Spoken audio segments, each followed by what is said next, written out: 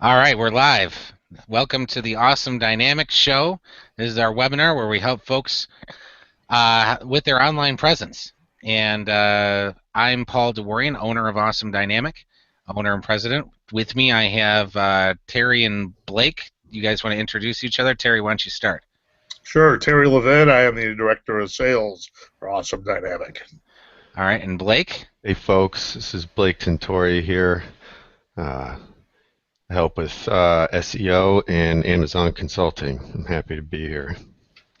And we also are missing today Robin Mordini. She's our Director of SEO here at Awesome Dynamics. She's moving from her place in Highland Park to the city, Logan Square in Chicago. So that's why she's not able to join us today. Right now, I'm gonna focus the screen on me. Let me see here. If I think I just took myself out. I did. So let me take out Terry and Blake. I don't know if this is working here. And then let me present my screen. Share my screen to here. So just kind of review the different services that we have, awesomedynamic.com. We do Amazon Seller Consulting. We do search engine optimization, responsive web design, and Google Maps Business View. Those are our four main services. Search engine optimization is essentially getting your business found on Google. Responsive web design is mobile-friendly web design. Amazon Seller Consulting, getting your product seen by millions rather than setting up a website and trying to sell on your own and getting your site found in Google for what you're selling. You can dump your product in Amazon, make money right away. Then we also have Google Maps Business View, which is essentially virtual tours of your business on Google connected into Google Maps. So those are the four main things that we do. We also, as part of the search engine optimization, have a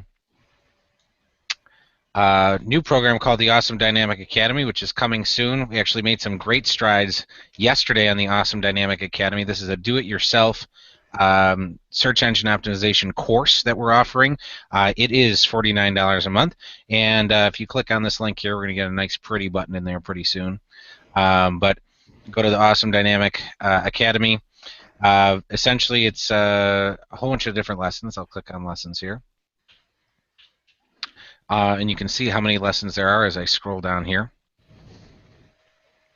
And this essentially is all the information you need to get yourself onto Google. There's a lot of info on there. Here's an example unit. You can see this is kind of a zoomed out view. But tons of info. We have custom videos in here, tips and tricks, pro tips, etc., on exactly how to do all the different things you can do. It starts with place to save all your passwords, creating a Google account, SEO basics, and there's just a ton of information here. We're going to be adding to this on an ongoing basis. This week, today, we actually did a presentation at Advocate Condell about search engine optimization, and we had quite a few people say that we're going to join us in the webinar today. You're able to post questions during the webinar. On the lower right-hand corner, there's going to be a button that says Ask a Question, and if you click on that button, you're able to post a question that you have. If you want to share who you are, what your business is, your URL, we'd be happy to answer any specific questions about why you're not ranking, why someone else or a competitor, let's say, is in front of you, etc., to help your specific situation online. That's why we have these webinars once a week. If you're looking for information on future webinars, if you just go to awesomedynamic.com, the main homepage here, you'll be able to come down to the events section here and just click on the webinar that you're looking to attend. All right. Blake, you're going to be putting the show notes together for this, right? Absolutely.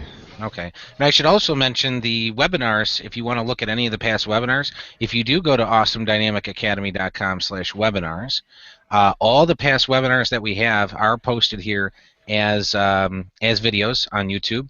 So you're able to come in here and watch all the past webinars. If we mention any specific resources that can help you find information about how to make your website better, anything that we mentioned specifically, we put those links right here in the show notes. Blake is the one who's typing up these different show notes, and this is where you can see all the past webinars. I think we have a good, what would you say, a good 20 webinars under our belt. Would you say that's the case, Blake? I'd say we probably have 15, 20 webinars under our belt, which is pretty impressive that we're keeping up every week. So That's right. That's right. And even that one week where I was sick, we did the yes. webinar, and that was the only thing I did that day.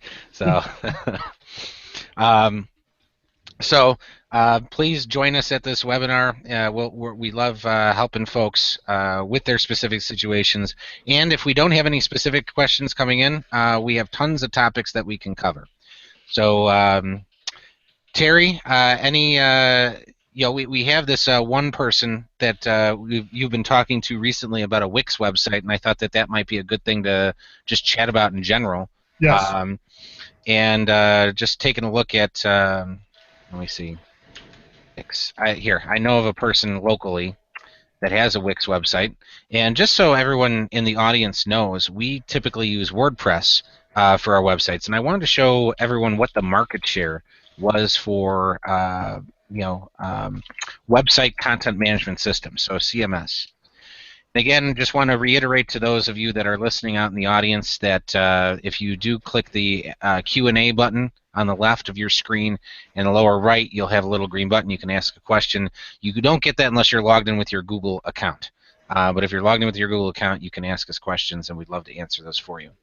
But on my screen here, and Blake, can you verify you see my screen coming through on the webinar? I was just typing that to you. So yes, so far so good. I've only seen your screen, so we're doing fantastic. Okay, great. So Terry, you're taking a look at the content management system market share, and let me see if this pulls up what I think it's going to, and it does. So this might be small to read, but if we take a look at the market share, this means the number of different websites that exist in the world and what percentage of them are using these different website builders. The number one here is WordPress, and we could see in November 2015 we're at 58.7% of websites worldwide are using WordPress.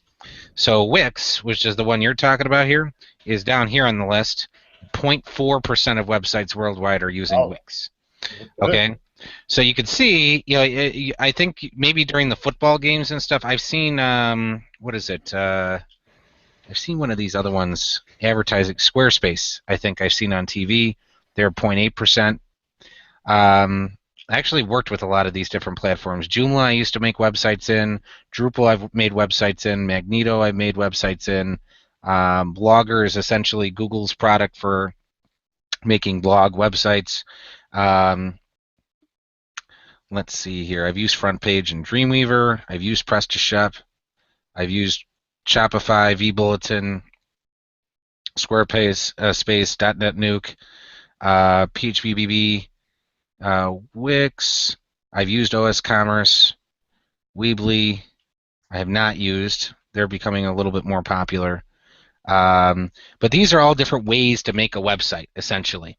And the point that I'm trying to make here is WordPress is the most popular for a reason. A lot of these other website builders are, there's like a balance between ease of use in terms of being able to modify the content on your website and being able to get into the technical aspects of your site to modify what you need to for search engine optimization. So a lot of the things like Wix, for example, so I'll bring up Wix's website. Wix has a very easy to use. It all starts with stunning website. Create yours. It's easy and free. So they have. Let me see if they have a demo here. Templates. So they kind of show you these websites that are easy. It's all a drag and drop interface. To be able to customize this content, you essentially can drag and drop this stuff anywhere you want on the screen. But when we get into some of the more technical aspects of being able to modify what we need to for SEO on the site, it's not that easy to do. For example, one of the things is authorship. So authorship is something that you can implement on a website to basically tell Google that what I wrote on this website is mine, and if anybody else copied this, they should be penalized instead of me. So when setting up Google authorship, so Google authorship Wicks, we found that this guy wrote an article about how you have to do it, and you have to verify an email, and it has to be to a Google Apps account. So it can't work with a Gmail account essentially. So with any other site on the internet, like if it's a hard coded site, or if it's a WordPress site, Drupal, Joomla, you could set up this whole authorship thing. I mean, this looks like a lot of steps, and it is. But the point that I'm trying to make here is, in order to do this authorship, you can't just use a normal Gmail account like you can use everywhere else. You actually have to have a Google Apps account, meaning you're paying Google $50 a year for an official Google Apps account for it to work. Luckily, the client that we set this up for actually had one, and we were able to use that to set up her authorship. But if you don't have a Google Apps account, which is the business grade version of Gmail, you would not be able to set this up unless you paid Google $50 a year for that type of email account. So that's a specific nuance of something that was limiting in nature. I know another thing, we wanted to add schema markup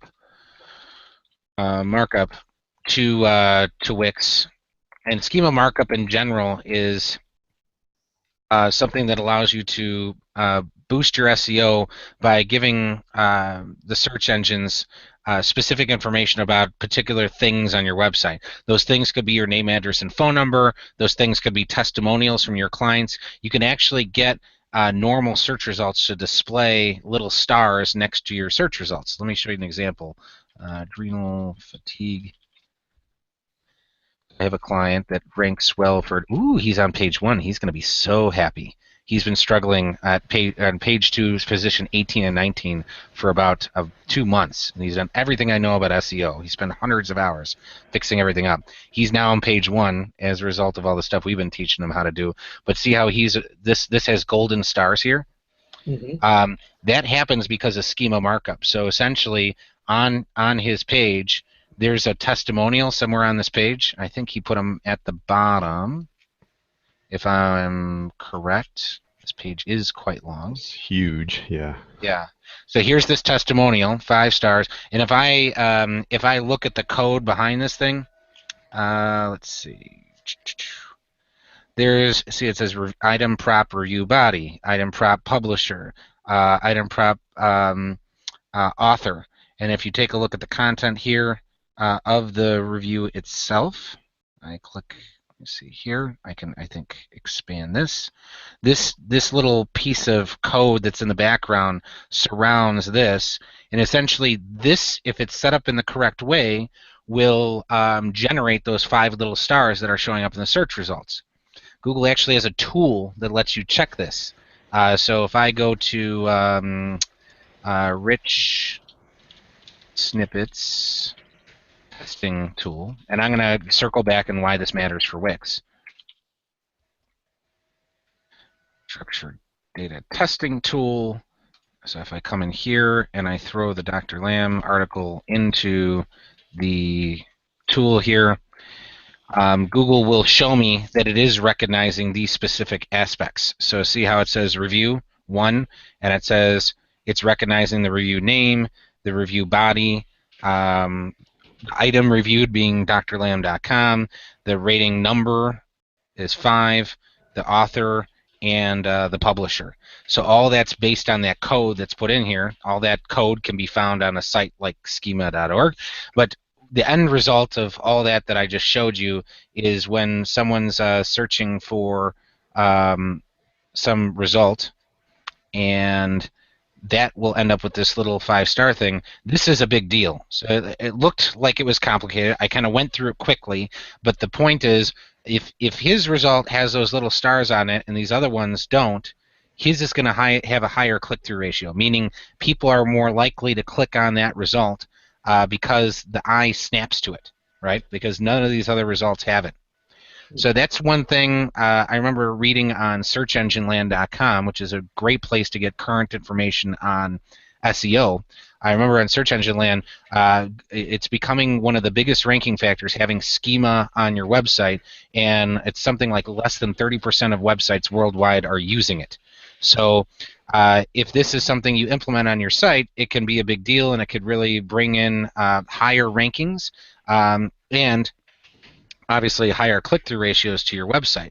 So circling back, why does this matter for Wix? Well, on Wix, it's not as easy to implement this as it is on WordPress. On the one client's website that we had to implement this, when we dumped this code into one of their little HTML editors that you're allowed to put on the page, and we put it like on the lower left here on the Wix site, it wasn't easy to put it in there. We had to add an HTML box, dump the code in there, and then it wasn't easy to apply the styles to make the text in it look the same as the rest of the website. And even though we wanted to use what's called the master style sheet to be able to apply the look and feel to that area, we were unable to. So then we had to manually recreate inline styles, and still were unable to get it to look the same. We had to look pretty close, but we weren't able to make it look the same. And that's a limitation of the ability to get to the more technical aspects of the site to make it look completely fluid in that particular situation. End result, yes, the testimonial did end up on the site. The little 5 stars did show up for that client, but the problem was we weren't able to get it to look exactly the same based on the technical limitation of what Wix allows you to do and doesn't allow you to do. So I know that's a long-winded explanation, but there's a scale there, a balancing scale of convenience and ease of editing the site and ability to access all the technical aspects to get all the SEO things done. So keep that in mind when choosing what website editor you want to use.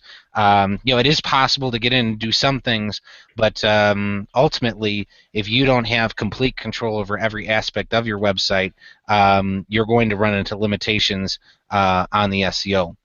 So one thing I want to kind of recap here is, well, what things do we have to do for the SEO? And there's literally hundreds of things. And when you're trying to get above your competition in SEO, it's all about doing the things that your competitors, the same things they're doing and doing more.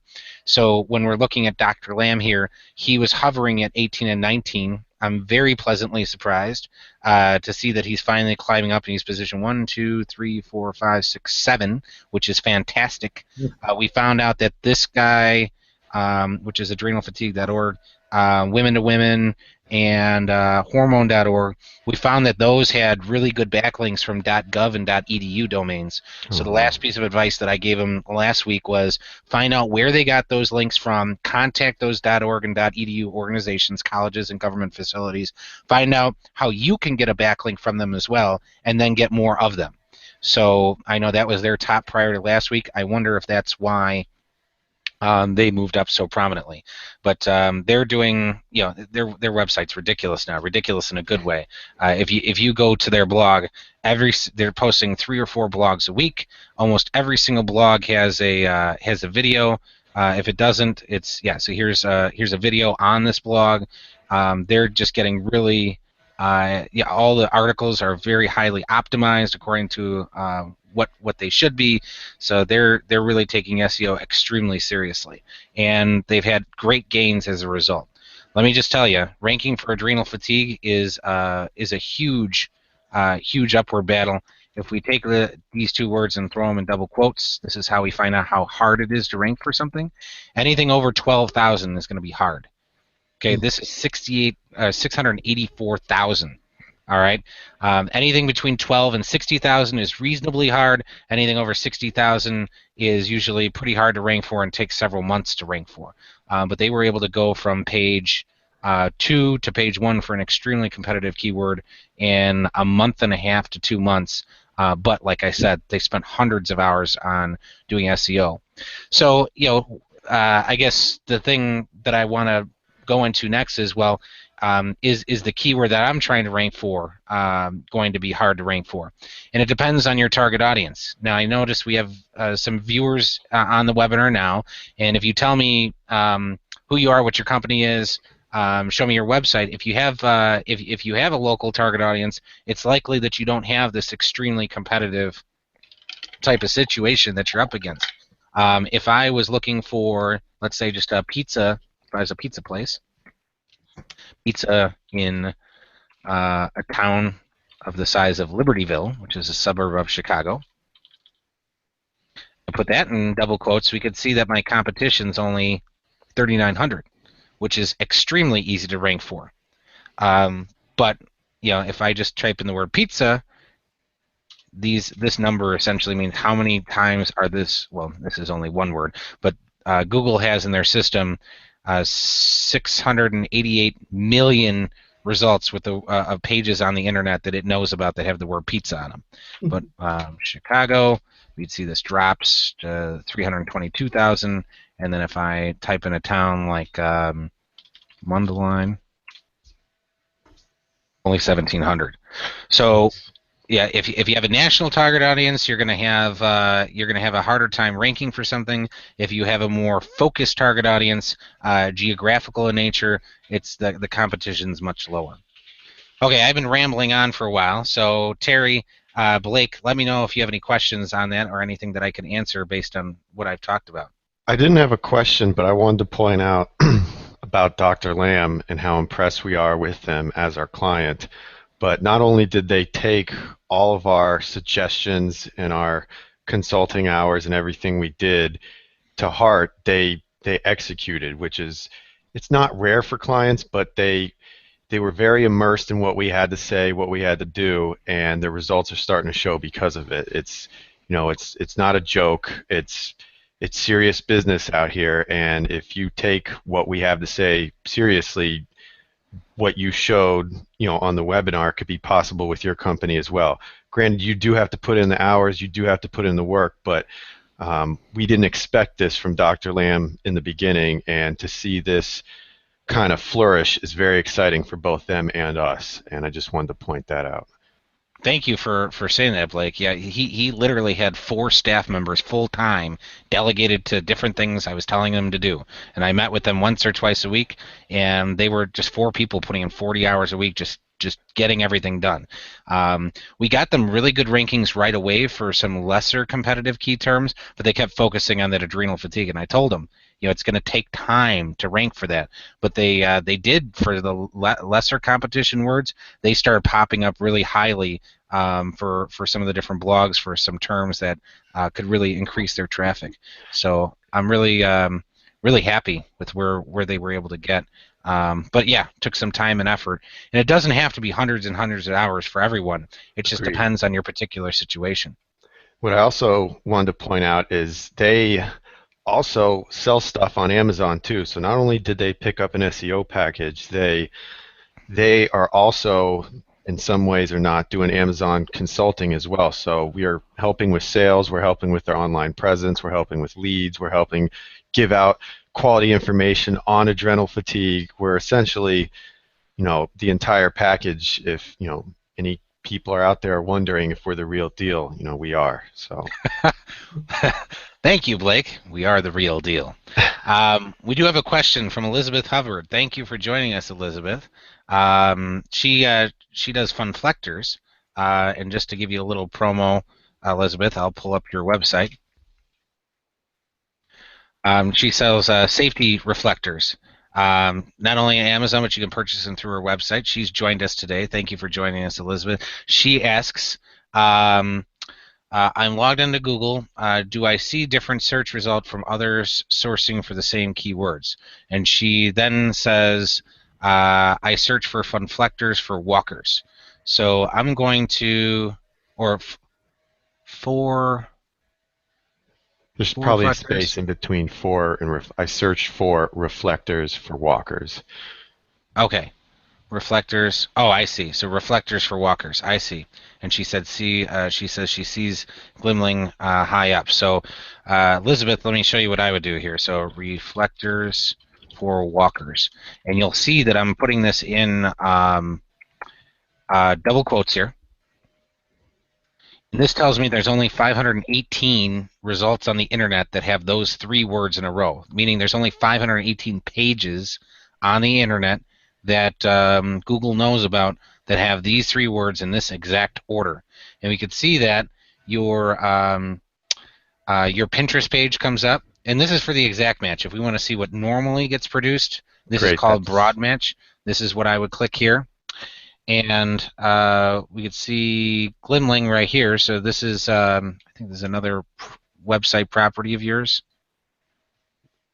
Okay, so again, it brings it to one of your online properties, which is excellent. And you can see why the reason why you're coming up so prominently with that is because you have those words in that order, or at least those 3 words on your page, and there's not much competition here. So I'm curious if we took a look at some of the other words that might be related. For example, let's say for strollers, right? By the way, Elizabeth, I do have your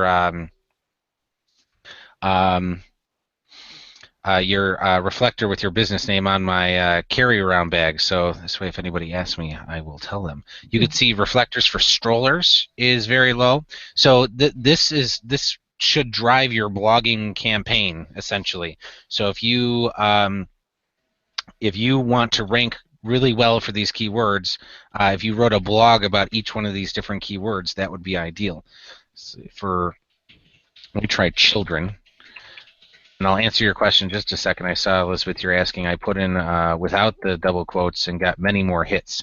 Yes, that means broad match, and I'll explain that in a moment. So children.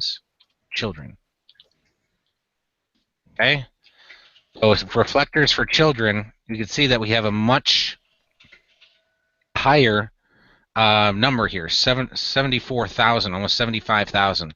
So this might yield more traffic. What we're looking at now isn't going to tell us about traffic, but it is telling us how difficult it is to rank. So if I change this for kids, we see for kids is way less than for children, which gives us an idea that that might be a great opportunity to use this as a keyword phrase on your website as opposed to children, because it'll be easier to rank for. Now, I also noticed when I was doing these searches, there was children's safety reflectors. I'm curious what the competition is on that, so I'm going to pop that in there in the double quotes.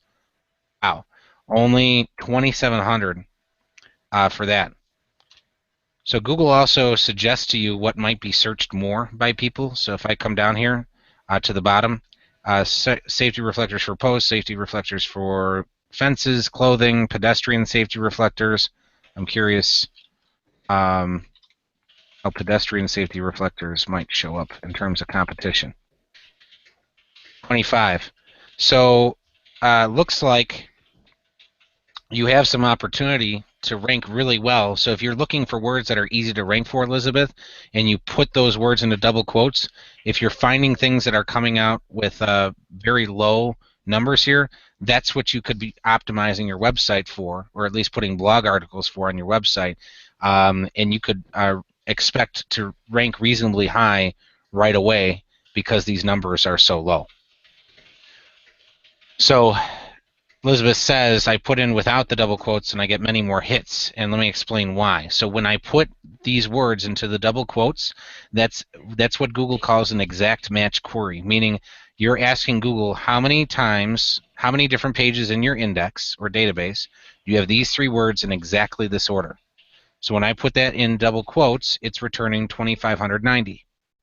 If I remove this, it's called a broad match search. And this is saying how many times do these 3 words appear on a page no matter where they are. So or any combination. In any combination, it could be pedestrian is in the title, halfway down the page the word safety appears, and at the bottom in the footer of the site it says reflectors. Or it could say reflector safety pedestrian. Or it could be any combination anywhere on the page. So that just tells us how many of those results appear anywhere on the page. But if we're looking to evaluate how competitive a keyword is to rank for, seeing the exact match competition gives us a much better idea of how difficult it is to rank for that. Terry, did that make sense to you? Yes, sir. Absolutely. All right. So, you have I know that that lead that we were talking about before the webinar, some of the different things that he does, if we pop the terms that he's trying to rank for in there, and those numbers that are showing up in this area are fairly high, that's where, that's where you would know to be able to say to them, your SEO campaign is going to be a little bit more difficult than you thought. Based on the words you're using, but that doesn't necessarily mean those are the words he should be using. There's all sorts of different combinations. Like I said, down here, Google can give you different suggestions. We also use a tool called Market Samurai to evaluate a lot of information about the keywords, which keywords are going to yield the most traffic, etc. So, just to give you an idea in general, and Terry, you saw me say this today at the presentation. You have these ads here, and those ads are 30% of the click-through ratio. But if we're looking outside the ad area, and that's essentially, I'm going to get my drawing tool out here. Let me see. So this area right here accounts for 70% of the clicks, and if we evaluate each one of those, this result would get a 42% click-through ratio. This one gets 12. This one would get 8, 7, 6%, and Elizabeth, you're at 5% for this particular search term. So you're what I call within striking distance of this.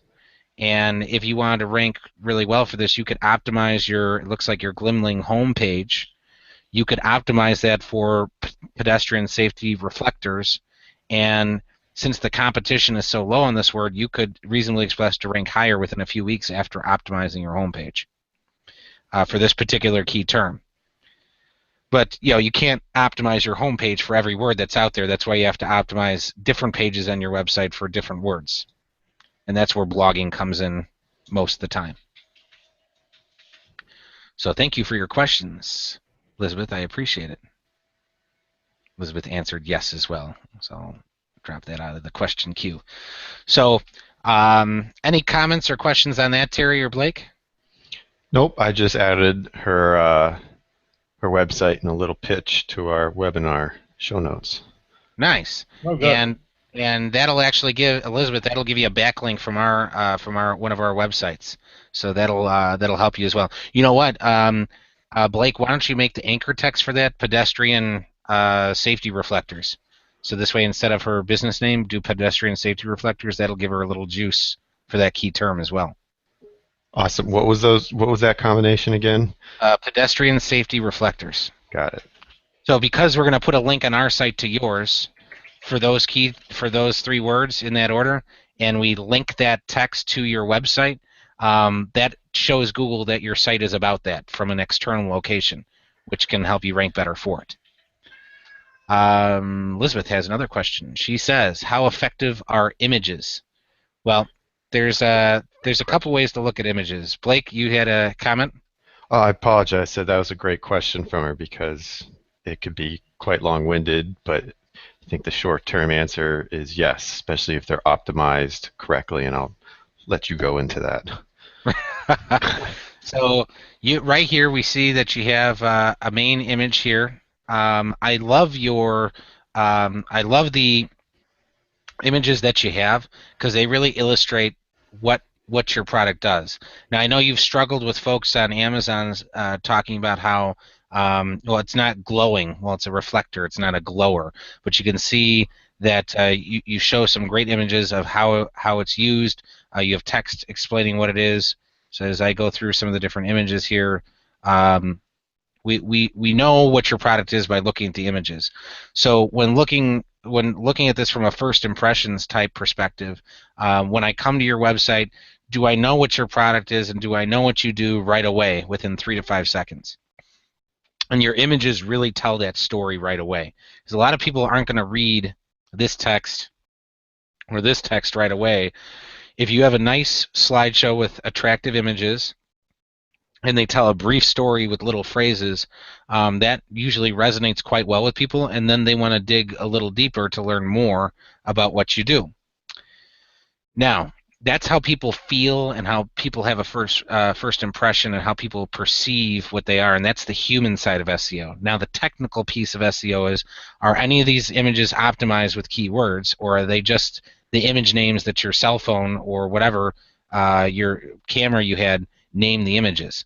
So I have a little tool here, part of Chrome. It's called the developer tools. So then I can click on this little button here, and I can look at your images and see are they named appropriately. So looking at this image that's in the slideshow here, it says logo funflector or reflector funflector by Glimling. Okay, and you don't have a keyword that you want to rank for in this particular image name, and you are using WordPress, so thank you for doing that. But we can also see in your alternative text, high quality promotional logo reflector by Glimling. But this doesn't say pedestrian reflector. It doesn't say reflector for children. It doesn't have a focus keyword in here in either the image file name or in the alternative text. It does have your Glimling brand name. It does have the Funflector brand name. It does have the word reflector, but reflector is going to be hard to rank for. So if you wanted to rank for a key term on this homepage, these images should reflect some of that stuff. So if I take a look, I think these are probably your slideshow images, maybe. We'll have to look and dig deeper into these images. Oh no, that was the navigation.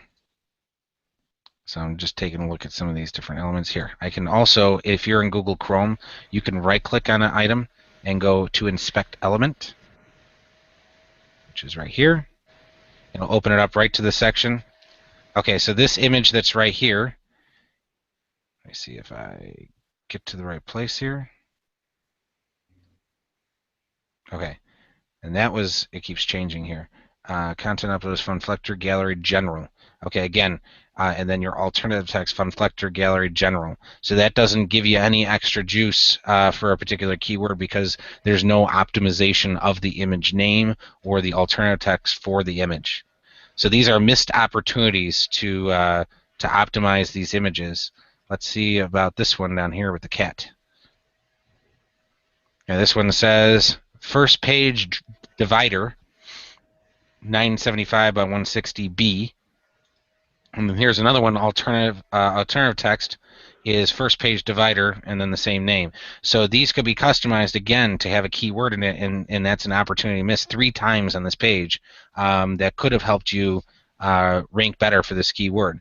So just so I can see, let's see if you have any of your other elements customized. Like, let me see what you're intending to rank for based on your source code. So in the, let's see, keyword. Okay. So one of the things you have optimized here is you have your keywords for your homepage, and we see Glimling, Funflector, Safety Reflector, Reflective Tag, Fun Reflector, Pedestrian Reflector, Reflex, Traffic Safety, Stocking Stuffers, Halloween Safety. All right, so this technique of having a whole bunch of keywords in the meta keyword area was a great way to do SEO about 3 to 5 years ago. These days, you need to have one keyword that you're trying to rank for. Putting a whole bunch of different words in here is now considered keyword stuffing, and you actually can rank lesser because of that. So you need to decide what the best keyword for your homepage is going to be and only put that one keyword on your homepage. And then your meta description should have that keyword. This meta description should be a sentence, and it should describe what your website is about. And in that description, you should have whatever your one keyword is in this description. Then you also have your meta description, meta keywords. You also have your title. So let's see where your title is here.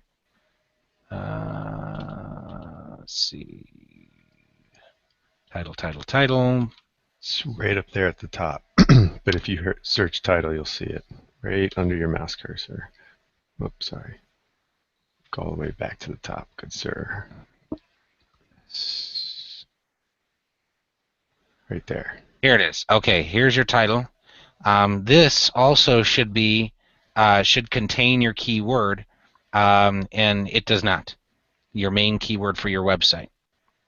And then there's also, does your main heading on your page have an H1? H1 is a heading one. Google uses that as a huge cue to determine what your website is about. So if we take a look at this, I see this text. No, that's part of an image. Let me just do an expect element on this. Okay, no, that's just bolded.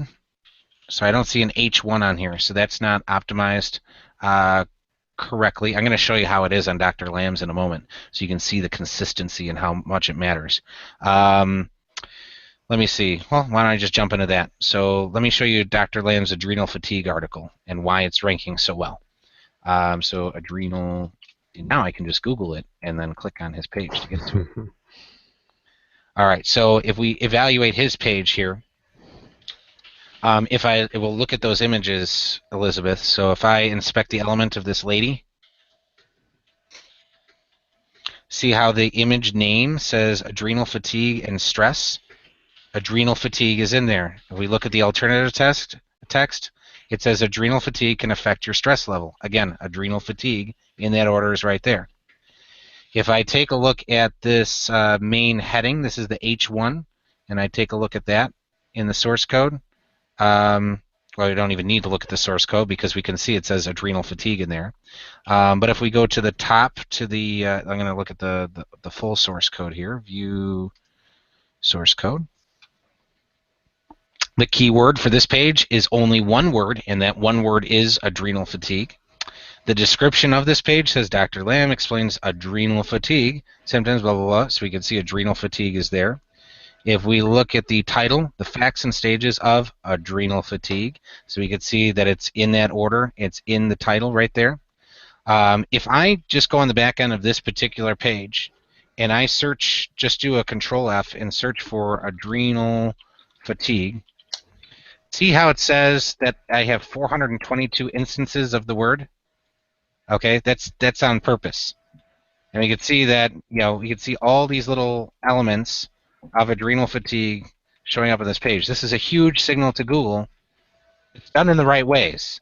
So you can't just throw the word in a billion times. Right now, these are all part of the navigation of some of the different blog articles that they have from the page, so that's why it's showing up there. We can see that this is some text that has it. Here's in a title text of a link. So it's all embedded in the correct ways that we taught them how to do it. And that's just the version without the dash. So if we look at some of the other stuff that's behind the scenes, fatigue, you can see it's embedded another 130 times with a dash in it. And you can see those are mostly going to be in the images. So if I take a look at some of the images and links, we can see adrenal fatigue is in this image right here, in that image. I'm pointing with my finger, like you can see where I'm pointing. Okay, but you can see how many times it's in there. It's in there like almost 500-600 times. Now, that's giving Google a huge signal that it's there, but some of those consistencies in the elements that I was showing you at the top, in terms of the keyword, the description, the title, etc., those image names, those are all very important. If I come to the front end and if I type adrenal fatigue, you're going to see, let's see, fatigue. Okay, so we see it here. Obviously in the menu, it's a whole bunch of times. He mentions it reasonably often, but not too often. You can see it's not down there. And we actually have a tool in WordPress called Yoast, and it'll evaluate the density of your keyword. And because this article is so long, and you can see based on the scroll bar here on the right how many different times it's in there, you can see that it'll evaluate your the amount of times you use it to see if it's an appropriate level and give you a score if you're doing it the appropriate number of times. So that's what they use to kind of adjust how many times they use the word of adrenal fatigue on this article. But all this stuff matters. It makes a big difference in regard to how you rank, and they really have. This is just one thing to optimize a page. There's other things to take a look at that affect how well your how well your website does. So one tool that I like to use, and Terry, I think I showed this to you before, the PageSpeed Insights. Mm-hmm.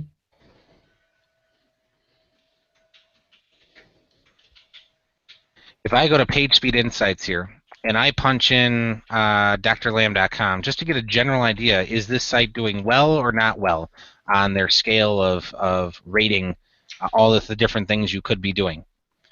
If I run this tool, you can see it's got green here for mobile, 90 out of 100, and desktop, 96 out of 100. I have not seen any other site ever that has better scores than this. They did such a good job with it. They still have other things that they tell them to fix, which sometimes are not user-friendly fixes, but they've got excellent scores here. But Elizabeth, I'm going to take your glimling.com site. I'm going to run it through this tool, and we're going to see what you get. This could also pertain to your images as well, and I'm guessing we're going to get a flag on that. I'm going to show you why it's important to optimize your images in terms of file size and stuff like that. So you got a 51 out of 100 here and 60 out of 100 on your desktop, which is normal for most people who aren't looking at this. But one of the things that it's telling you right here, let me see, image compression. Let's see. Do you see that here? Optimize images. So here it's telling you specifically that this image that's called dark arrows PNG should save 3 kilobytes by compressing that particular image on your website. It's actually telling you which images you could compress to get this error to go away for optimized images. There's plugins out there that allow you to minify your JavaScript, CSS, HTML. It tells you that you can leverage browser caching. There's a plugin to make that happen. Compression, server response time just means getting on a faster server. Sometimes that's not reasonable for some types of websites. Render blocking JavaScript above the full content.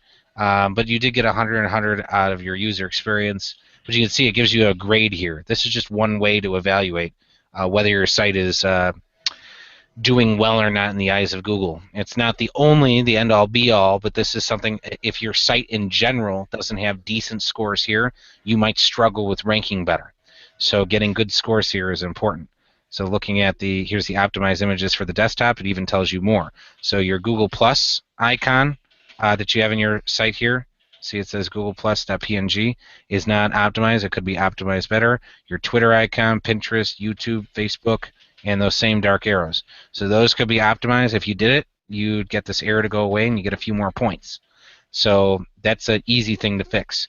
But if you Google some of these different things that it's telling you to do, there's different plugins that you can use to try and get a better score on here. Terry, I don't know if I've gone into that much detail on this. Any questions on that? No, but this is great. This is a great way to just sort of check any site and get a real good feel for where you're at and what you need to do. Right, right. But Dr. Lamb's just he's an awesome example. I'm just so happy he did all this. I don't have the scores that he does on my website. Like I said, it takes hundreds of hours to really kick everything, kick it with everything. But I don't want to make you feel bad, Elizabeth. You don't need to do all these things. In the world of SEO, it's just doing more than your competitors. So if your competitors are doing nothing and then you do something, that could make you show up right away. So just optimizing your pages and optimizing those images could be enough to rank well for some of the different key terms you're trying to rank for.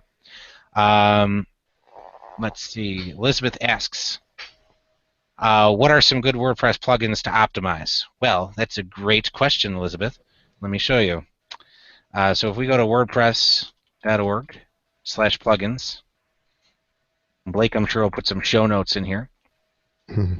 Yoast is one of the plugins we like to use, and it gives you a score on each of your pages to see if you're doing a good job implementing some of the different features you need to for for your different pages. So just to give you an example, one of our clients, US Acrylic, I want to log into their website.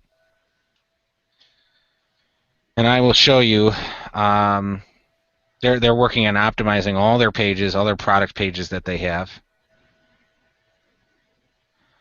So I'm going to show you what that Yoast plugin looks like. So I see products. And I know they're working on things in the essentials area, essential organizers. And I'll pull up the multi-level craft organizer. That's the one we talked about today. So if we take a look at their site here, Yoast adds this extra piece at the bottom of all your pages and posts. And you can see that by putting in the word craft organizer here, that'll tell me if I'm doing a good job by matching the article heading, the page title, which we talked about, the page URL, which is actually the URL of the actual page itself. Does the keyword appear in there? The content, meaning does it appear anywhere in the body?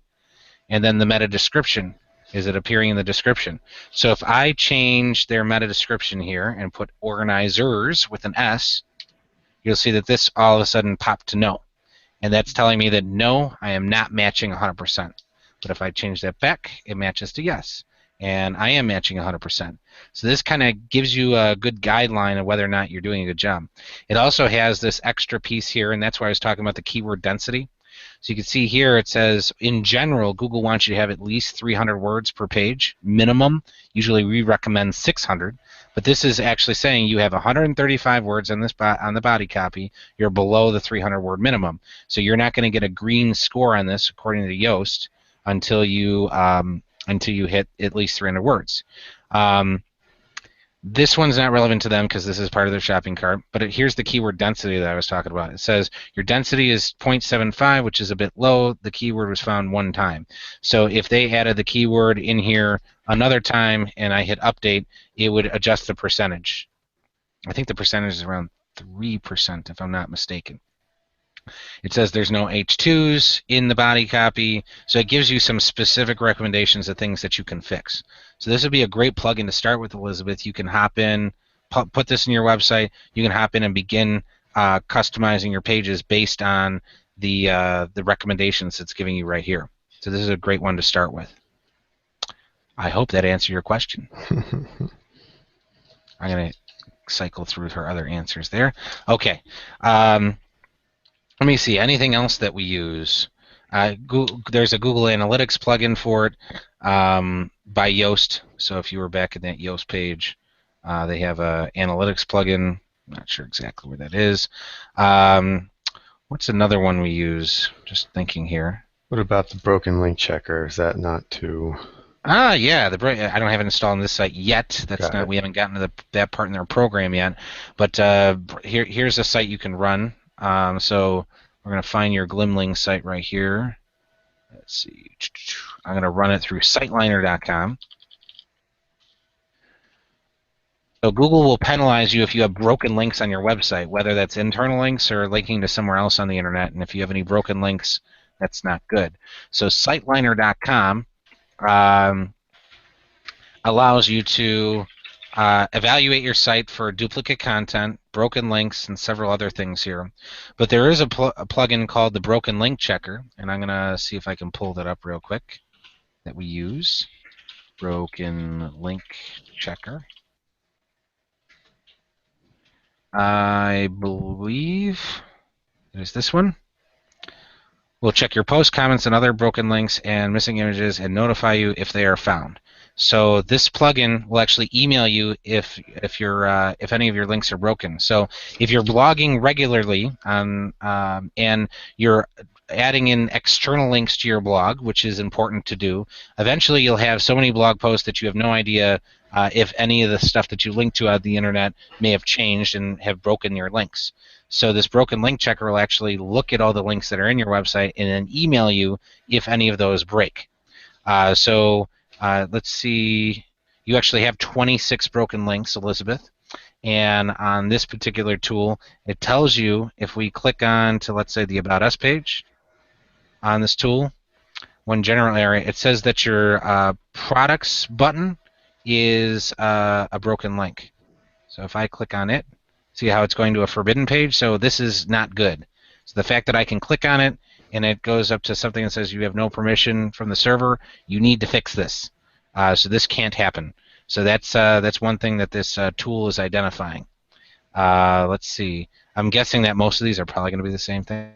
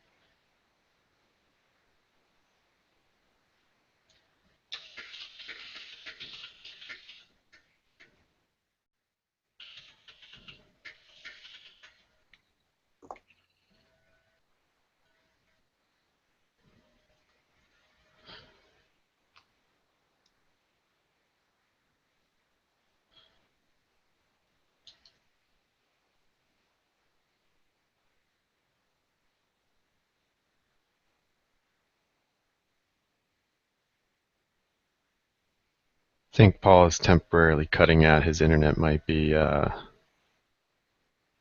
was wondering where he went. bugging out. Do apologize anyone that's watching. It sometimes happens, but we are coming close to the end of our webinar anyway. I'm in chat with Paul right now, and he's not getting back to me, so I assume his internet connection is either paused or temporarily gone out.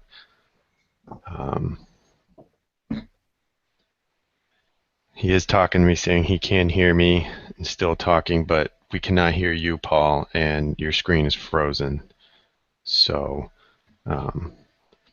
at this point, I think we're just going to wrap up this webinar, folks. We thank you for joining us. Don't forget to check out awesomedynamic.com and awesomedynamicacademy.com. All our great services can be found at these websites. And again, we do Amazon seller consulting.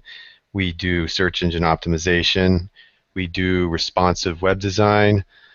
And we are also doing Google virtual tours, essentially. And let me bring up my screen so I can show you this.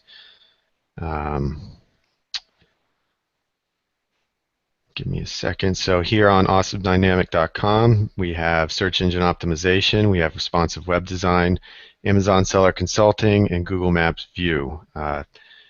Search engine optimization is essentially getting your business and found on Google, generate lots of leads. Our responsive web design is very powerful because not only does it optimize you for tablets, mobile viewing, and users on desktop, but we make very high quality sites and very proud of it. Our Amazon seller consulting, if you have a product you want to break into the US market, or you're just selling on a website and you'd like to break into a market where there's literally hundreds of millions of viewers 24 hours a day, Amazon's a great place to sell your product. And Google Maps Business View is essentially an indoor tour similar to Google Street View, but for your business or your property, or maybe somewhere you host events or services. But it's another powerful tool to expose your business to both Google and anyone out there searching for your product or service. It's very high quality. It's essentially an bird's eye view of, well, I should say an indoor view of anything you want to show people. So again, thank you for showing up, and we'll talk to you guys later.